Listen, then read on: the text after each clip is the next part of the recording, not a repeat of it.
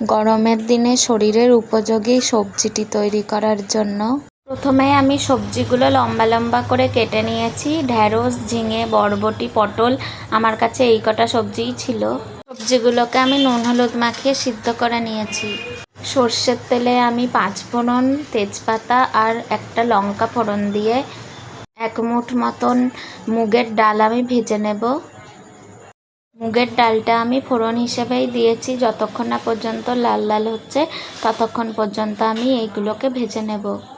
এই সময় খেয়াল রাখতে হবে বেশি ভাজলে হবে না, কারণ ডালগুলো পুড়ে যেতে পারে। এটা আমার সবজি রান্নার মূল উপকরণ, এর জন্যই আরও দ্বিগুণ খেতে ভালো লাগে। সবজি শরীরের জন্য খুবই উপযোগী, আর এই রান্নাটাকে টেস্টি করার জন্য আমি মুগের ডালটা দিয়েছি। একবার বানিয়ে দেখবেন, এইভাবে দারুণ হয় খেতে। কথা বলতে বলতে মুগের ডাল আমার লাল লাল করে ভাজা হয়ে গেছে। এবার আমি ওই সিদ্ধ করে রাখা সবজিগুলো ঢেলে দেব। সব সবজি এখানে ঢালবো, আর দেব সিদ্ধ করে রাখা আলু। আলু আপনারা সবজির সাথে একসাথেই সিদ্ধ করতে পারেন। আমি আলুটা আলাদা সিদ্ধ করে রেখেছিলাম, কারণ আমার অন্য অনেক রান্না ছিল। খুব ভালো করে নেড়েচেড়ে রান্না করে নিতে হবে যতক্ষণ না পর্যন্ত ডালগুলো একটু নরম হচ্ছে। যেহেতু সবজি আমার আগের থেকেই সিদ্ধ করা ছিল, তাই রান্নাটা করতে বেশিক্ষণ লাগবে না। নুন হলুদ দিয়ে দেব, সামান্য চিনিও দেব।